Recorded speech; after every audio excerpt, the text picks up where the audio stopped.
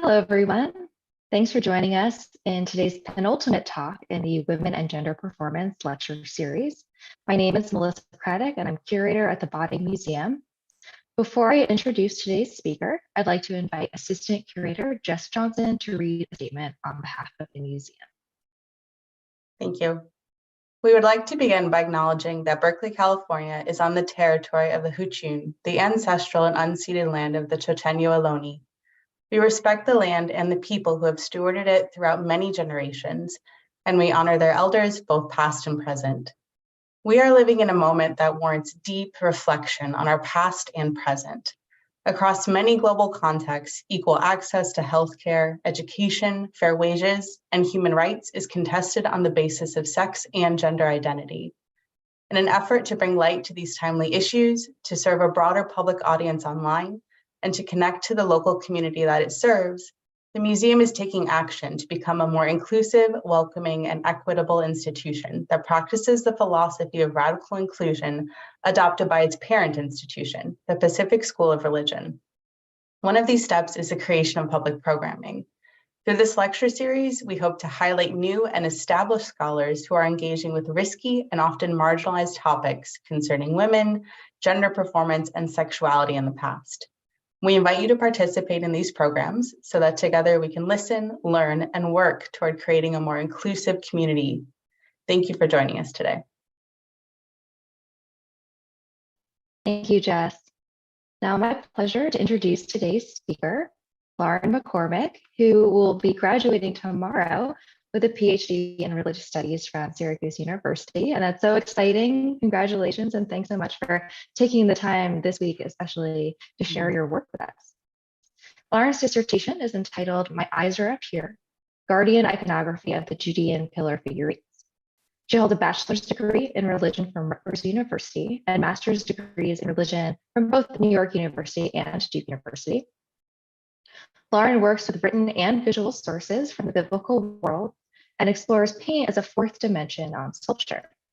She and Elizabeth Knott are co-editing a forthcoming volume with Bray Poles Publishers entitled Ambiguity in the Ancient Near East.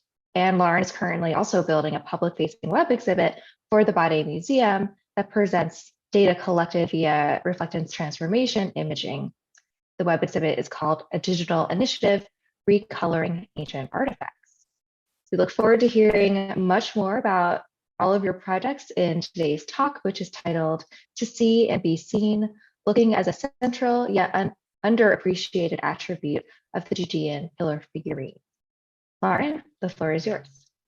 Thank you so much, Melissa, and everybody at the Bade Museum for thinking of me for this lecture series. I'm really very excited to be included. These are Judean pillar figurines. They're terracotta clay figurines from the biblical heartland of Judah, understood as female figures who may be nude. These were mass-produced objects in the 8th to early 6th centuries BCE Judah. Over 1,000 examples have been found, mostly in refusal contexts in and around Judean homes, a number that continues to rise as more archaeological excavations reach down into the Iron Age. Aside from zoomorphic animal figurines, which outnumber the JPFs at a ratio of about 3 to 1, JPFs are the most plentifully attested examples of figural art from ancient Judah. They appear in great numbers until the Babylonian destruction of Judah in the early 6th century BCE. And yet, there is no clear mention of them in the Hebrew Bible or Old Testament. Neither was there any one of them which was inscribed. JPFs abound in a time and place where Judah paid tribute to Assyrian and Babylonian overlords, but largely ruled itself. Other Iron Age Levantine cultures have pillar figurines too, but Judah's is noteworthy for its tight iconographic style, for example, lacking diversity in the hair, while a number of hairstyles can be found in pillar figurines of Judah's neighbors. The JPF's form is largely frozen, without much diversity in design. JPFs abound in a time and place when the second commandment supposedly prohibited the production of images and the male god Yahweh supposedly reigned. Beyond the JPF, the only other anthropomorphic type of figurine found in volume in Judah is the horse rider. This is a horse rider figurine I'm actually going to study next week in Freiburg, Switzerland. So I'm very excited about that. Horse rider figurines exist in negligible numbers in comparison to the JPF. Roskletter estimates a ratio of about 4:1. So JPFs are far more popular. And they're not usually found in archaeological assemblages together with the JPF. Horse riders are crafted as well to be smaller than the JPF. Basically, if the JPFs and horse riders were conceived as a pair, it would be unconventional for the male to be depicted at a smaller scale than the female. And in short, it seems like there's no male counterpart to the Judean pillar figurine. This is a tantalizing circumstance. It leads some to take JPFs as evidence for the historicity of the second commandment, to argue that Judeans really did not make images of the God of the Hebrew Bible or Old Testament, though they may have fudged the no images rule for the JPF or just somehow did not think of it as a banned image. Interestingly, Aaron D. Darby shows that JPFs were found even in elite quarters of Jerusalem where officials lived. So even they had JPFs in and around their homes. JPFs connect back to a long history in the ancient Near East for female images in clay to be placed in the home. JPFs have traditional vibes and seem like stereotyped objects whose presence and value no one really questioned. They evince normal breakage patterns, for example, not bearing evidence of mutilation, even in periods of supposed religious reform. JPFs do not seem to have been found offensive in their primary use period from the 8th to early 6th centuries BCE. It was not until the exile, the Babylonian catastrophe, that the JPFs fall off the map. This leads some to conclude that after the exile, Judeans became more theologically strict and for the first time considered JPFs offensive. Another interpretive option is that JPF production ceased post-586 for the obvious reason that JPF production centers ceased to exist as well. For all these reasons, JPFs have fascinated biblical scholars for generations, long before me, and they'll continue to do so long after. JPFs entangle issues of monotheism, idolatry, female representation in the Godhead, and/or in everyday life, despite androcentric biblical texts that largely overlook them, as well as the presumed censorship of religion practiced on the ground versus religion as it is reported in the Bible. JPF identity is notoriously ambiguous. It's unclear who or what these statuettes represent. People ask, is this female human? If divine, which goddess is represented, and how does she intersect with or challenge the monotheistic worship of the God of the Hebrew Bible or Old Testament? Or does the JPF perhaps represent a low divinity, like an angel? Though minor subtypes exist, the vast majority of JPFs feature the hands at breast pose. In one way or another, most scholars interpret JPFs by way of the breast. But I like to think of the JPFs at two registers, one in terms of design and the other in terms of decoration. The breasts are an integral part of JPF design. The JPFs are not idle figures. Their arms are lifted and portrayed in the act of unwrapping the breast. They're sculptures in motion. At the level of design, JPFs were crafted to direct viewer attention to the breast. Traditionally, scholars have concluded that the JPF centerpiece is the breast because the JPF signifies fertility. I don't deny the timelessness of the appeal of fertility, but I do resist the interpretation of breast as a timeless signifier of fertility on the JPF. For whatever ties the hands at breast pose had to fertility in the ancient Near East, I have found that it's possible to be more precise about what this pose meant on these particular figurines in the specific time and place of 8th to early 6th century Judah. Spoiler alert is that I think the JPFs represent gatekeepers of the divine realm, often depicted holding their breasts. And I will detail that below.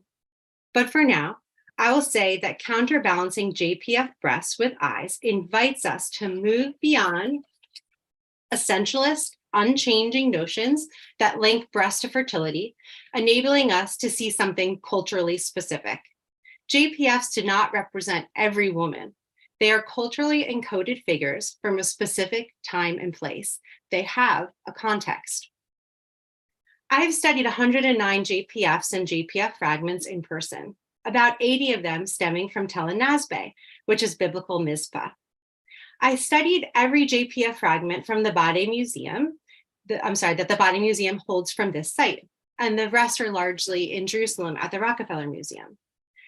I'm doing nothing less than starting my career on the proceedings. I am grateful to Aaron Darby for alerting me to the collection, to the staff of the Bade Museum, with special shout out to Melissa Craddock for providing ongoing support, and especially to Aaron Brody for granting me the access granted me the access and then providing warm intellectual exchange since I visited Berkeley in 2018. Communication with Jeffrey Zorn, who reworked the stratigraphy of Tel Nasbe and knows so much about the site, has also been invaluable. Thank you for letting me be part of your community. It's really made such a difference to me. Tel Nasbe is a really important site for JPFs. It produced the second highest number of JPFs in all of Judah. Part of my work at the Bade Museum was to study each anthropomorphic figurine fragment, and in some places to reclassify. I also pored over archival documents from the dig to uncover further JPF references. This work led to an update of the JPF count from Tel Nasbe, which was originally estimated at 120. Then Roskletter and Aaron Darby separately found about 140, and I found at least 186. Gibeon is the next most popular site for JPFs and is far behind with a count of just 54. The only site with more JPFs than Tel Nasbe is the capital. Over 500 examples have been unearthed in Jerusalem and counting. I collaborated with David Ben Shlomo to have 15 JPFs from Tel Nasbe tested for petrography. 14 out of 15 evinced Jerusalem area clay, with only one showing a clay type local to Tel Nasbe. Aaron Darby and I are currently developing an article about the special connection of JPFs from Tel Nasbe and Jerusalem. Jerusalem was the administrative and religious center of Judah in the period when JPFs flourished. JPFs seem religious because they're sometimes found in assemblages with other cultically significant artifacts, like at a Tel Halif home, where a molded JPF head was found with stones and an architectural model, as Doctors Jenny Ebling and Cynthia Schaefer-Elliott from this lecture series already discussed. The petrography from Tel Nasbe JPFs suggests that religious significance of the JPFs might be tied to religious practice in Jerusalem. Jerusalem is remembered in the Bible as Yahweh's patron city, though in some cases Yahweh's worship seems to have involved the worship of additional deities through time, and in other cases Yahweh was not preferred over other deities in Judah, like Baal or the Queen of Heaven. Tel Nasbe's JPFs are petrographically tied to Jerusalem, which itself is associated with Yahweh worship. So for me, there seems to be an easy link between JPFs and Yahweh. As far as I know, I'm the first person to systematically study JPFs from Tel Nasbe in person since the original excavation report of 1947. I realized at some point in my research that scholars have repeated for decades the descriptions of pigmentation provided about Tel Nasbe's JPFs 75 years ago. A similar situation can be found for other sites. I remember writing Aaron, like, can this really be true? And it was. Whitewash and paint are referenced with great consistency in discussions about JPFs, but without reevaluating the descriptions of that pigmentation and thinking of an update from the original excavation report. Without new analyses, there's simply nothing new to say, and color has become something of a stale topic for the JPF. Further sidelining the importance of color is the fact that JPF paint findings have not been able to affect the interpretation of JPF meaning in any significant way. For example, it's clear that many JPFs contain color bands at the neck, but scholars are not at a consensus about whether the bands represent necklaces, or similarly, if the rare color bands found on pillar bases indicate the pillar base was conceived as a garment, or if the JPF should be considered nude. Lastly, there is reason to believe that paint was not a highly valued attribute of the JPFs in early decades of JPF excavation. In the Tel Beit Mirza report, J.L. Kelso and J. Palin Thorley report intentionally scraping paint off. Zioni Zevit correctly notes that paint has not been pursued as a pathway to theorizing JPF identity. To cover the basics, All JPF bodies are handmade and involve a pillar base that allows the figurine to stand independently. There are two head types. The first is based in anthropomorphic realism and was achieved through the use of a mold. The molded head type depicts a face framed at the top and sides by rows of tight curls. In general, its face has a prominent nose, full cheeks, often a slight smile, with eyes that come in various sizes. The second JPF head type is handmade, and its manufacture does not require the technology of a mold. Instead, the artisan made the face by pinching its clay, resulting in two depressions for the eyes and a nose between them. Aesthetically, the handmade type of JPF head is more schematic than the molded. For example, because the handmade type lacks a mouth. The eyes dominate on the handmade head type and can be so big that they engulf the cheeks and occupy almost the entire area of the face. All told, JPF design is pretty simple. It involves either a hand or mold-made head on top of a torso with hands at rest on top of a pillar base. Figurine decoration is harder to gauge. Pigmentation was placed on JPF surfaces as a matter of course. When I say pigmentation, I mean it as an umbrella term for whitewash and paint, where whitewash is a lime solution understood to prime a surface for paint. However, in most cases, JPF pigmentation has largely worn away through time. This is another reason why JPF breasts have been overemphasized in JPF discourse. Paint has faded, but design is still crystal clear. We do not get to see the painted finishing touches that gave final articulation to the JPF. And this is something that I wrote about last month, actually, in the University of Pennsylvania's Expedition magazine, where I quote Brigitte Brujas on paint as a fourth dimension of sculpture. What we largely see when viewing JPFs today is the bare bones of design in a neutral clay color. A similar critique about sculpture has recently been leveled against marble statues from the classical world. Their display in museums worldwide without acknowledgement of prior paint has permeated modern mindsets and resulted in the illusion that these statues were, and I mean this as a double entendre, pure white. My approach to the JPF privileges decoration. I use advanced imaging technology to retrieve JPF pigmentation and then place JPF decoration in conversation with JPF design. At other museums and institutions outside of the Body Museum, I collaborated with cultural heritage specialists, museum conservators, and other research scientists to investigate JPF paint, JPF composition via X-ray fluorescence, linear cross-polarization, and infrared imaging. I also use X-ray imaging to study JPF manufacture and to work in authenticated, unprovenance molded JPFs. In terms of my work with the Tele-Nazbe figurines, I was once asked what changes because I studied the Bades Museum collection as I did. As I mentioned above, through crucial collaboration, I have been able to broaden the petrographic data through which JPFs are studied, both in and outside of Tele-Nazbe. But more than anything else, through my research on the Body Museum's collection, I've been able to move the needle on JPF paint, and as a result, JPF eyes.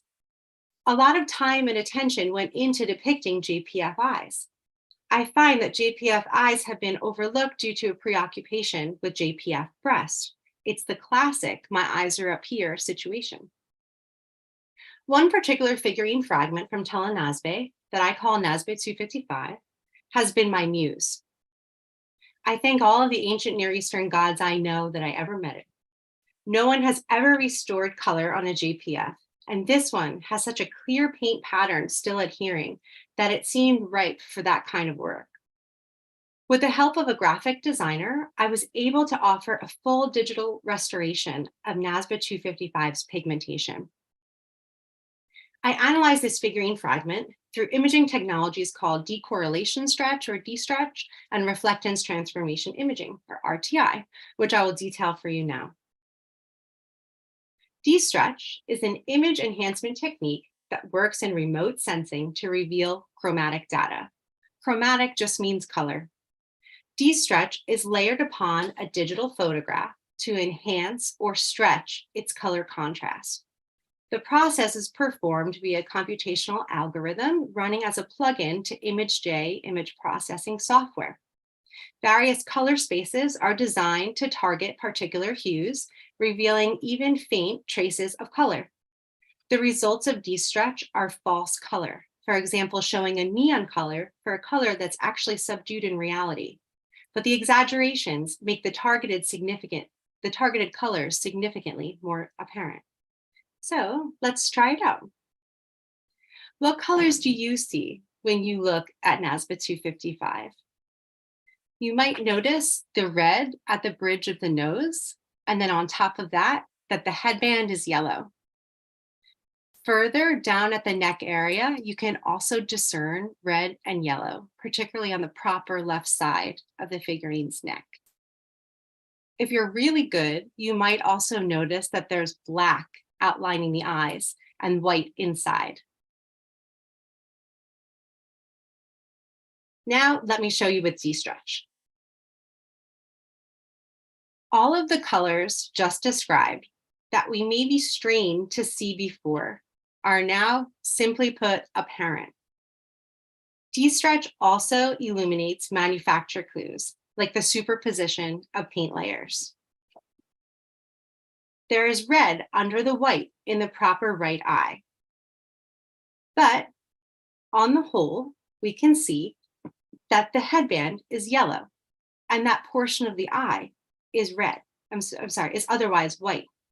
It seems like when the face was painted red, it was done so in a sloppy way that accidentally reached onto the headband and into the eye, but would later be cleaned up by being painted over in those areas by those other colors.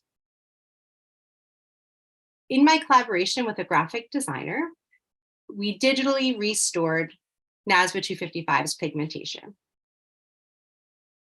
I physically colored, like with watercolor crayons, upon an 11:17 printout of NASBA 255.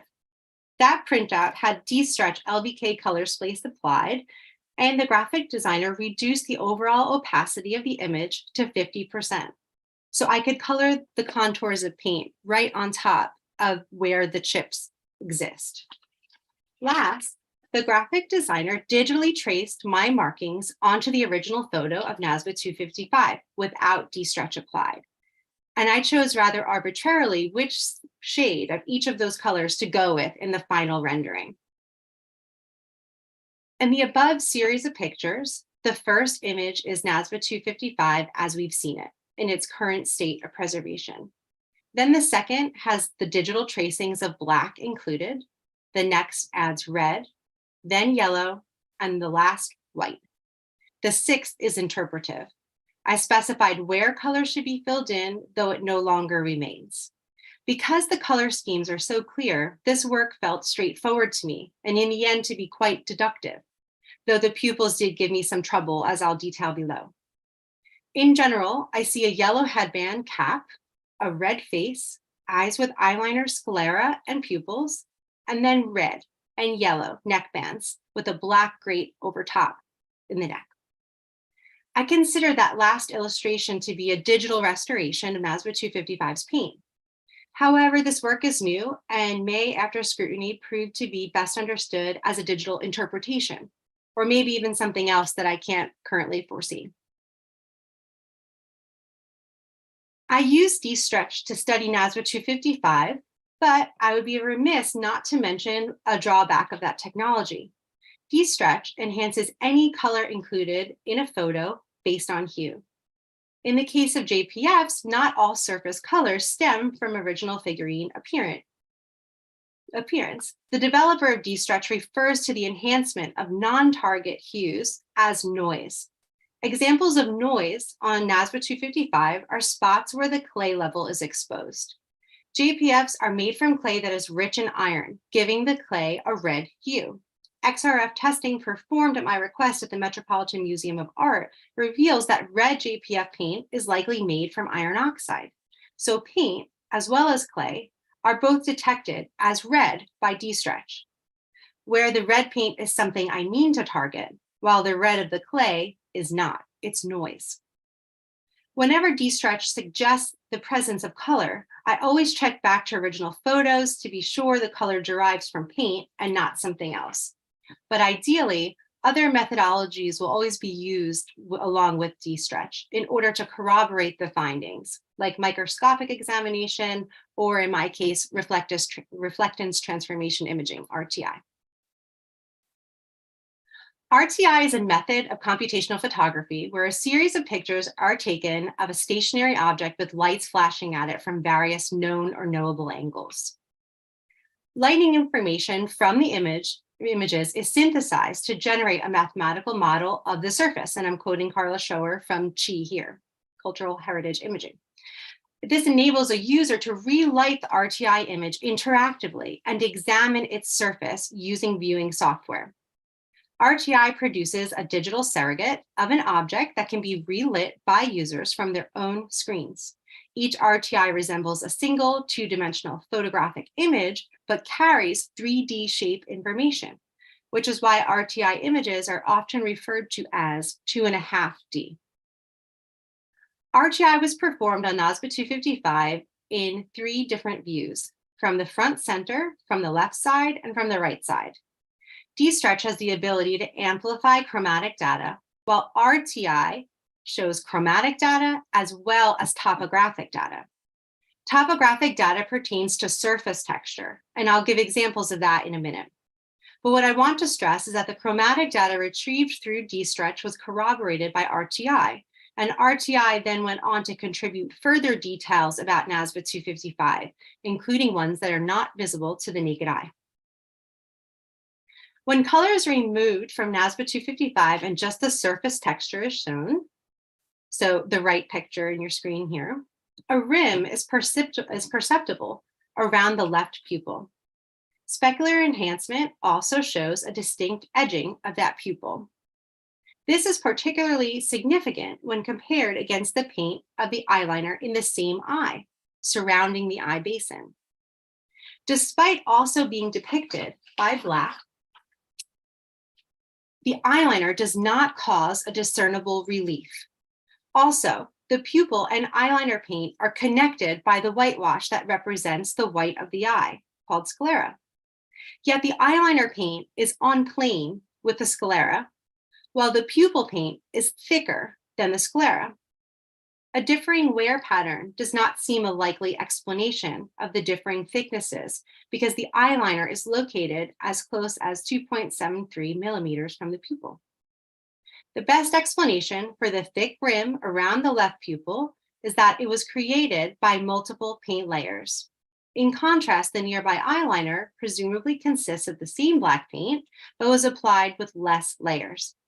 The artisan appears to have taken extra care to depict the pupil's rim via painting and repainting, and also possibly by etching. There seems to be a dip in the topography of the left side of the left pupil's rim. I will require further examples of pupil etching before I can make this claim for sure. Another figurine fragment I've seen at Penn Museum contains etching in the eye as well, but in an almond shape instead of a circle, which would be strange if pupils were intended.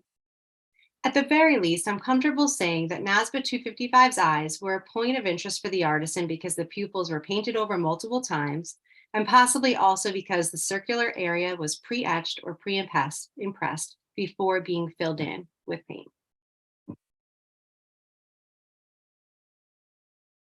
Side note is that I'm making a web exhibit to display NASBA 255's intricacies, where users will be able to manipulate the RTI images for themselves. So please do keep an eye out for that in November. You can use this emergent technology for yourself, and researchers can explore new methodologies for object study through that exhibit. Back to the eyes. There's no greater contrast in color than black and white. The revealed inset black-white-black color scheme in NASBA 255's eyes constructs them as a stark feature, emphasized further by the oversized scale of the eye basins. These eyes were designed and decorated to draw attention. And while NASBA 255 is exceptional for the amount of paint that still survives, it is not exceptional for having this particular pattern of paint in its eyes. I've been able to find additional instances of this paint scheme and also uncover likely new ones through the use of D-stretch. This led to the realization of an unpublished detail of molded head design. Molded eyes have pupils indicated prior to the application of paint via a circular bulge that was indicated on the mold itself. Elements of design and elements of decoration in this case converge. Also, interestingly, the trend in eye decoration that I have found to have black eyeliner, white sclera, and pupils exists across JPF head types. This patterning in eye paint is on both the molded and handmade heads, along with other painted elements that I do not explore here, like color neckbands, a red face, and black hair, which are all customary across the two morphologies. Paintwork glosses differences in JPF design and shows that pinched and molded heads were probably conceived together, probably having related meaning. Molded and hand-pinched eyes have a different aesthetic and manufacture technique, but paint underplays those differences and makes the disparate types match. Pose with arms at breast connects the types, and now we can say that paintwork does too. There is one qualification I would add to my suggestion that JPF eyes have customary paint scheme. Pupil size varies. Some look dilated, some look like pupils at rest, and others look constricted. Another example I have pictured for you here contains excellent paint and yet no evidence whatsoever of a pupil in the eye. And I've looked at it via microscopic examination too. There really does not seem to be any black paint there, despite there being excellent paint preserved elsewhere. So it seems like it really did not have pupils. In terms of NASBA 255, I had such a hard time depicting the pupils in my digital restoration. It was only after hours of frustration that I realized the pupils look smaller from the front than they do from the sides. There's no still 2D image that will capture them because the pupils take part in an optical illusion. The concave shape of the eye basins swallow much of the pupil's diameter when viewed from the front, but display the fuller area when viewed from the side. In sum, the focus of this JPF's pupils varies depending on the angle from which the viewer views. The pupils look dilated from the side and constricted from the front. The pupils were crafted to be dynamic and interactive, alive even. I've argued that JPF breasts should be counterbalanced with JPF eyes. The eyes are painted to be a standalone feature, while the figurine fragments containing breasts show that JPF breasts are not. There are not a ton of JPFs with body paint still evidence. But from what I've seen, paint does not articulate the breast in isolation, for example, through the depiction of nipples. Instead, when breasts have paint, they are just one constituent part of a larger whole involving the neck band motif. Some bands extend down the neck also to enwrap the shoulders, arms, and breast. JPF design may single out the breast, but paintwork does not. I do not advocate dislodging the breast as central to the JPF so that the eyes can take their place, but rather in acknowledging the interplay of multiple bodily features that contribute to JPF meaning. The chromatic and topographic views I've gleaned of NASBA 255 reveal that the eyes were an artfully crafted point of interest and time for the artisan.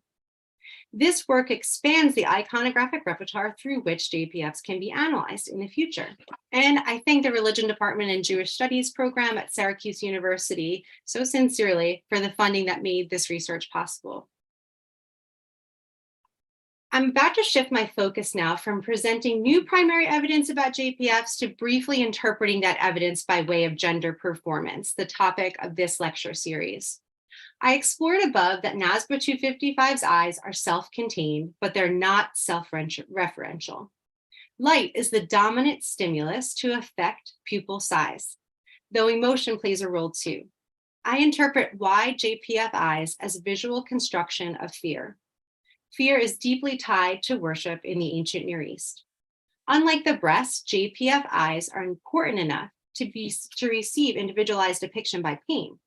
But that pain ultimately points outward and acts as a conduit to show that the JPF gazes upon something bright. NASPA 255 has a narrative quality to it in that it is depicted as engaged with something outside of itself, a bright light. Ancient Near Eastern deities, including Yahweh, were understood as radiant and bright. I interpret the red JPF face as evidence of divine illumination that results from close encounter with a high deity. For example, Moses' face shines in Exodus 33-34 as he descends the mountain post-theophany. Glowing bodies signal the holiness of figures able to encounter Yahweh's presence and live, like the seraphim, whose name literally translates to burning ones. In the Bible, Yahweh's court of angels have a special relationship to luminosity and fire and are able to directly attend upon Yahweh. They also have hybrid bodies, like the cherubim and Ophanim, who comprise Yahweh's chariot throne, which is to say, his furniture and transportation. Yet the cherubim and Ophanim have eyes, which inanimate objects in the earthly realm do not. The Ophanim are particularly baffling as wheels that have eyes all over. Hybridity is a hallmark of a gatekeeper's station. Their bodies typify the principle that they're liminal characters, neither in one realm nor the other. I think that JPFs are also hybrid figures. They fuse the human body, not with furniture, but with another inanimate object, an architectural column. Anthropomorphic columns are called caryatids, and we have evidence of them in ancient Near Eastern texts, as well as actual built temples called the Syrian temple or the temple in Antis type. Solomon's temple plan, described in the Bible, includes columns that flank the front door, or the threshold to the divine realm. Those two columns are given personal names, Yakin and Boaz, and they're described as having bellies, as human body parts. I argue that the JPFs were conceived as miniature temple caryatids kept in people's homes, thought to signal an entryway to the divine realm. The pose with hands at breast bolsters this argument. Flanking females with hands at breast, sometimes also combined with architectural features, can be found in architectural models from the Iron Age Levant. Many architectural models seem intended to house divinities at miniature scale, and I think JPFs participated in a similar tradition, where tiny pieces of divine architecture were used to signify the temple, which is to say, they mediated divine presence. So, when analyzing the JPFs, even granting the breasts were a crucial feature, there is so much more to see than fertility. I do not think we have access to the origins of the meaning of the hands at breast pose, which reaches back to prehistory. However, as this posture occurs on the JPF in the Iron Age, it seems to connote gatekeeping. There are two references to a pair of women guarding the tent of meeting in the Hebrew Bible, which is to say at the entrance to Yahweh's presence. But more significantly, there are countless examples of female gatekeepers in ancient Near Eastern art. Gatekeeping was a female's role in the ancient Near East. However, even that claim needs qualification because the gatekeeping figures, though they may have breasts, do not always have genitalia and or may be fused with another kind of body entirely. I argue that the bottom half of the JPF really is what it looks like, and indeed what it's always been referred to as, a pillar. From this position, we fall out of touch with the data when we refer to the JPF as nude or female. What would it mean to call a column female or to call a column nude? These don't seem like the right questions to ask of the JPF. The fundamental query of my research has been, what did JPFs look like?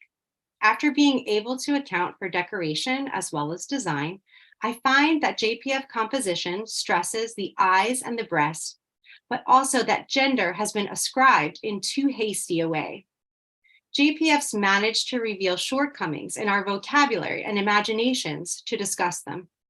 Even I use the term female to refer to the JPF in this paper because I want to be understood and also because I'm still working through these ideas as well.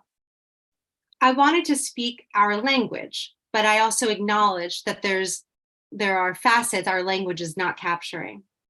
I really don't think gender was the primary category through which the JPF was understood in antiquity. JPFs are best appreciated as hybrid transhuman creatures who stand illuminated in a deity's presence, in a gatekeeper stance, with eyes primed to watch the divine as well as earthly realms. In other words, as all-seeing creatures. The JPFs were whitewashed in antiquity to prepare their surfaces for paint. We ourselves whitewash the JPFs too when we reduce them to blanket fertility figures. Let's stop doing that.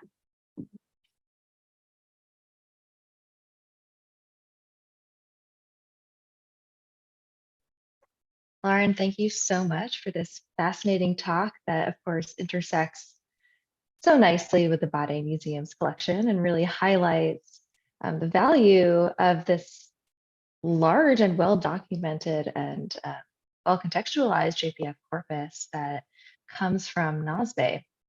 I'd like to invite the live YouTube audience to submit questions for Q&A. And as those are coming in, I'm just going to start with a couple of my own. And I'll start with a question about provenience. I'm wondering how well documented the provenience of the Judean pillar figurine corpus is in general. So you mentioned, of course, the three main sites, Nazbe, Beit Mirsim, and Jerusalem. What proportion of the corpus is documented as coming from those settlements or some other secure find spot? Yeah, there's really not much by way of petrography. Am I understanding you correctly that you're interested to know more about the petrographic findings so far? I'm wondering more about the archaeological context and find spot. So where these figurines are distributed based on where they've been excavated and sort of where the gaps are in terms of the context. Okay, yes, there are tons of problems in answering that question because the JPFs have been largely excavated by early excavations that were done prior to the 1970s, making their find context very difficult to discern for reasons that involve the way rooms were identified in prior archaeological practice and a lack of detailed information about where in a room or at what level an object might have been found, or even with what other objects it was associated within that potential room. So there's a lot of difficulties trying to work with early archaeological reports, and those are the ones where most JPFs were found. So in a way, my project is able to sidestep that difficulty in JPF studies because my emphasis is on the aesthetics. And so no matter where a figurine was found, and no matter how problematically it was reported, the final aesthetics are what I use to analyze.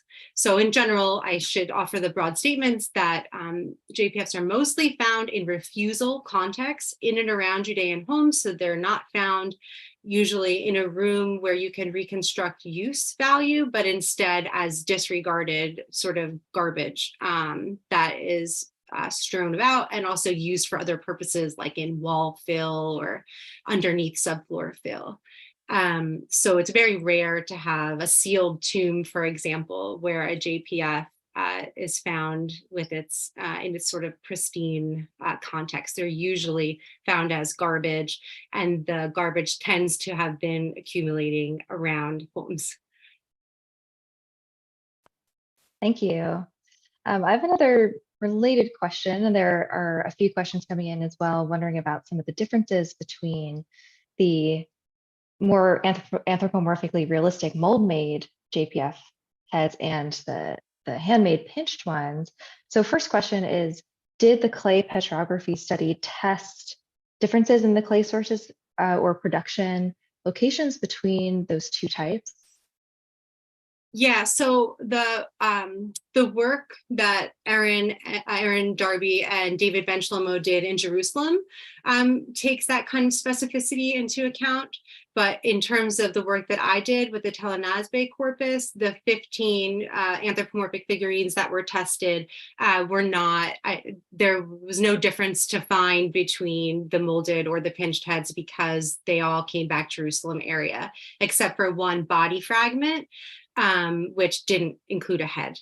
And very interestingly, that body fragment, I specified it for testing because it was crumbly when I touched it. Like if you hold it, the clay discolors your glove, and that may bespeak improper firing technique. And the only JPF fragment that was tested and came back from Tel Nasbe's local clay was that one that seemed to evince an inability to properly create. So that's something that's very interesting. If most of them are from Jerusalem and the only one that we have comes from the local clay, isn't made in as thorough and complete a way, it really points to Jerusalem as the epicenter, and maybe to Tel Nasbe as a secondary production site that was trying to keep up, however inadequately. That's pretty interesting. So then it seemed like the quality of the production material and potentially the durability mattered quite a lot. So how does that match on to the refuse context, the domestic refuse context that you, and the fragmentation that you find in sort of the final dispositions or find spots of these objects? It's such an interesting question. I really do think that the JPFs were not intended to last forever. That's a huge statement. Of course, they weren't intended to last forever, but yes, they were fired. So that bespeaks a certain intention for them to be durable and to last. But at the same time, the necks are extremely long in most cases of JPFs, which makes them fragile to breaking. And they continued to be crafted in that way for over 200 years with necks that were very fragile to breaking because they're just too awkwardly thin and long. So you don't see any sort of morphology in the production technique through the time where we have the JPFs. And so it really seems to me that they didn't mind that the JPF would eventually break. They intended for it to be somewhat durable in that they fired it and created so many of them, but actually they didn't take all that much care by my measure to make sure they didn't break after that.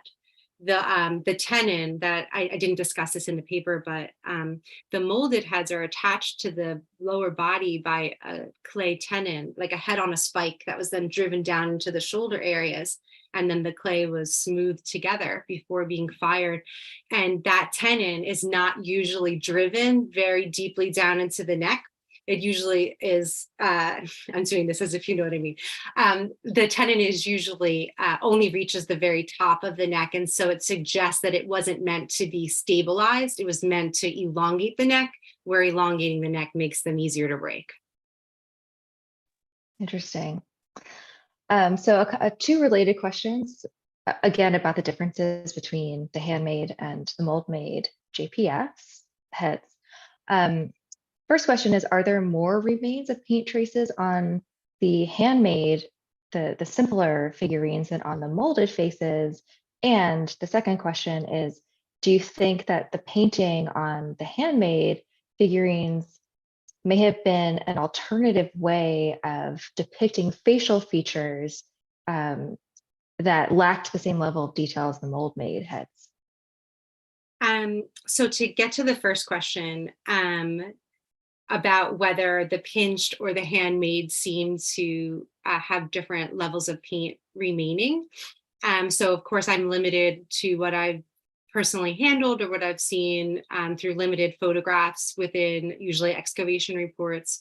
But I find that the JPF paint accumulates in crevices. So molded faces have more crevices. But at the same time, it does seem true to my experience that the smooth face of the pinched variety is easier to detect. So it's kind of tricky because on a molded face, I can almost always find traces of red from the experience with the ones I've held. Whereas that's not necessarily true because it gets wiped away more easily from the smooth hand pinched face. So I guess it's a difficult question to know because the nature of the sort of physiognomy or the shape of the face makes clay stick better to the molded examples because there are crevices to hide in, where the pinched face doesn't really have that. But it is true. I can't deny that some of the best paint I've ever seen are pinched faces. I guess I don't want to generalize out yet. I would say it's a good question, something to think more about. But even on just my experience, I don't think I could really say that one was better preserved than the other. I could just say that there's different preservation patterns. And then what was the second question? The second question was whether or not the paint on the handmade figurines on the head was perhaps made to draw out the details of the face that was otherwise not present compared to the mold made heads. I wish. I think not, because we never find examples of like a mouth painted on. Like it's not like paint was able to make up for the lack of whatever the mold would depict. I honestly think that paint does bridge them, as I tried to draw out in this paper. Paint bridges the two types, but at the same time, I do think both types were meant to have different registers that they speak to, because they each are able to emphasize something different that I think ends up true to the final figurine of like a gatekeeper. So if I am being really interpretive based on my own reading, I think that the JPF in two types makes sense for each side of the gate. So angelic beings on Earth are usually depicted anthropomorphically and mistaken for people. They're called Anashim, which is just a way to say men. Whereas the JPFs that are the angels that are in the heavenly realm have more fantastical bodies that are not human. And so I have to admit, I can't kind of fight back anymore that that's an appealing interpretation to me. I think they meant the figure to look in two ways. And I have that answer for why, but I admit that there could be many others. It seems intentional that they, with such consistency, produced both types, although there are regional trends that are evident too, like molded heads are more common on the coast. But in any case, I digress. I would say I reserve the right to say I think that the types meant something in their separateness, but we're also meant to be together. So they're separate together. Thank you.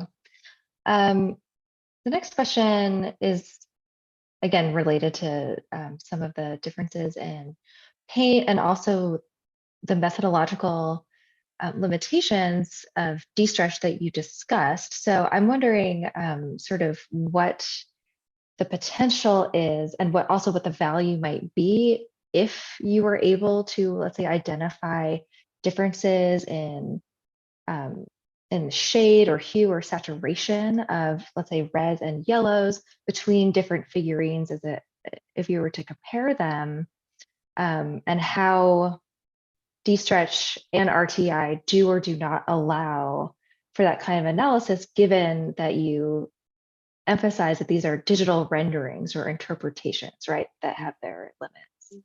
Mm-hmm.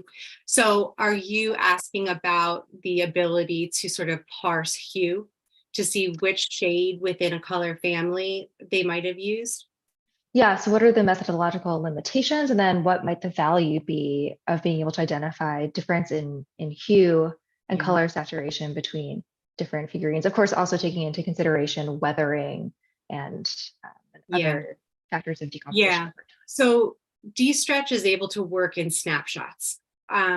This isn't sophisticated enough. It's not scientific enough to be able to even approach original color.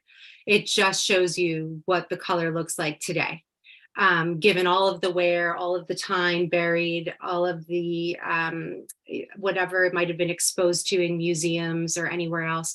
And so the D-stretch only works with the photograph that you take whenever you take it. So that it would not support, it's a good point, it would not support trying to get back just a true color palette. And truthfully, you catch me on kind of the future of what my work should do, which is learning more about how to do best practices with color reproduction. So as I mentioned, I chose pretty arbitrarily, just based on my experience, what I thought the colors looked like. And that's not the strongest way to go about reconstructing color. So that is something that I want to get to in the future. Like I wonder if chemical composition might help sort of anchor the method, but yeah, at present, I'm not able to really even know how to decide which shade within a given hue to choose. Okay, thank you. A couple more questions coming in from the YouTube audience. Is there any relationship between the breast features on JPS and the divine name Shaddai? That's a good question. It's not something that I explore. Did they have more of a lead for me? Something? No. Okay. Yeah, then I'm sorry. I will just go so far to say that it's not something I've explored. And please do type more if you're still there about what I should be thinking about. Okay, I'll let you know if anything else comes in. I can't see the chat coming in live. The questions are being fed to me. So if anything comes in, I'll let you know. Okay, so now another question from the YouTube audience. It's in my understanding, there's no consensus on the figurines as being connected to the divine realm. Has the needle started to move on the scholarship, and where does your study fit in? Yeah, so the figurines had a long way to go from where they started. So originally, the earliest excavators discussed them in a way that just disregarded them as like Canaanite sex cult things, like sex, fertility, whatever. And so from there, post the 1970s, with the unearthing of the epigraphic evidence, which discusses Yahweh and his Asherah, there was something of an Asherah boom in biblical scholars, and the JPF started making a lot more sense given that information by way of interpreting Asherah. So there began to be more evidence through which to have a conversation, more data points to incorporate. And there's other reasons too, like the pillar base of the JPF itself does look reminiscent of a tree trunk. I interpret it as a real pillar, but tree trunk is another bona fide, viable interpretation put forth by people like Liz Block-Smith. And I think that the connection to the over 40 references to Asherah in the Hebrew Bible, which do associate these cult objects, Asherim, with trees, is another good reason to consider Asherah for an interpretation. So in any case, I guess what I'm trying to say is there's been a long way to go in terms of reconsidering the JPFs as other things than a high goddess. So I think it's our own sort of modern day familiarity with monotheism that also guides that interpretation, where we're used to thinking of a god, a goddess singularity instead of plurality within the Godhead. And so that's something that my work, along with others, tries to do, which is consider that these, despite seeming to be religious in nature, despite that doesn't mean that they have to be a goddess.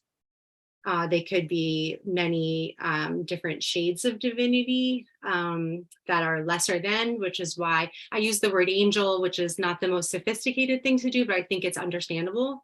People know what I'm talking about, but there's all different conceptions of divinity in the divine court around a high God that were really important. And to be honest with you, even divorced from their association with the high God, just within their own household practice of religion, these lesser deities, or whatever you want to call them, served a major role in everyday lives, but they're not what we've gravitated toward, because in a sense the evidence took us toward the high God stuff, and then our own modern biases did too.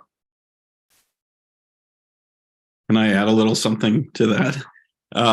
So I would also just add, and thank you. First of all, amazing talk.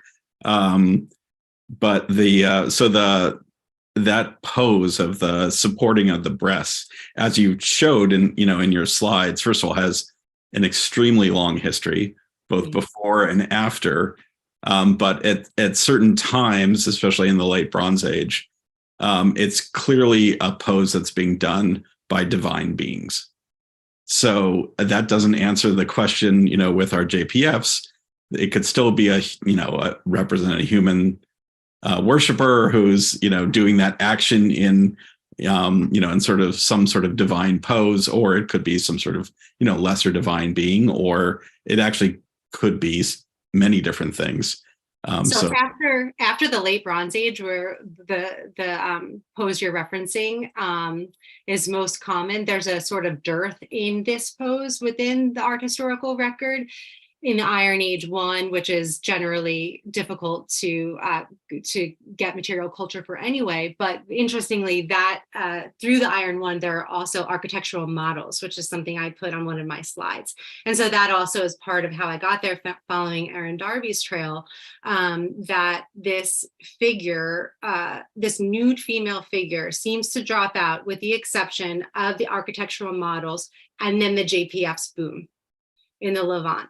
And so that continuity is one for me too, that helps argue that they should be thought about as like almost accessory figures or attendant figures that are meant to signal something else. In my case, my interpretation is that they are guarding the entryway to the divine realm, because they do that on architectural models. So yeah, I think that's why I was trying to make the point too about cultural specificity. So the hands at breast pose, like with the legions of people through time, I agree. It seems like they're really focusing on the breast, and that fertility would be significant. But if it's possible to be more specific, like, wow, what a world we can uncover, which is what I've just been trying to do, is just to broaden out and not be like structuralistic or something, and not just be universal, but really be as specific as we can be. And then that also helps us see why we think the way we do, or what is it about us that makes us call them female when they don't have a full female body. It's just there's so much that goes into it. Yeah, thank you so much. I was just gonna say we're just about at time, but Erin, did you want to follow up? No, I mean, it's a wonderful hat tip to, of course, one of the themes of this whole lecture series. And of course, we have to constantly, all of us, question our own modern perceptions, and then sort of foisting those back, into the past. So really just thank you for all your research. And the emphasis not only on the eyes, but on the coloration, I think is so important. And I'll just sort of add, I'm going to try not to go on forever because I can, but, this idea of polychromy, which has been taking off in art history as well. One of the important takeaways is that the way we see these, sculptural figurines is not the way, the ancient people who were handling them saw them.